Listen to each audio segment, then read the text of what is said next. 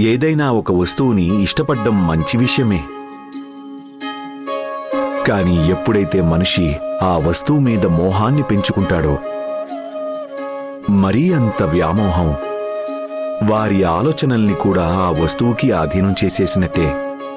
ఆ వస్తువుకి దాసోహం అయిపోవటం, మంచి చెడుల అంతరాన్ని కూడా విస్మరించడం చేస్తాడో, ఇక అక్కడే సమస్య వస్తుంది.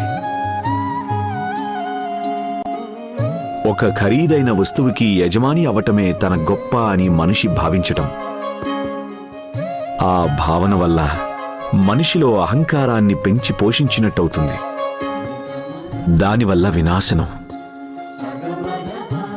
అలాంటప్పుడు ఆ మనిషికి మంచి సాంగత్యం దొరికితే గనుక అప్పుడు అతడు చెడుని అర్థం చేసుకుంటాడు, దాన్ని స్వీకరించగలుగుతాడు, అలాగే దాన్ని త్యజించగలుగుతాడు కూడా.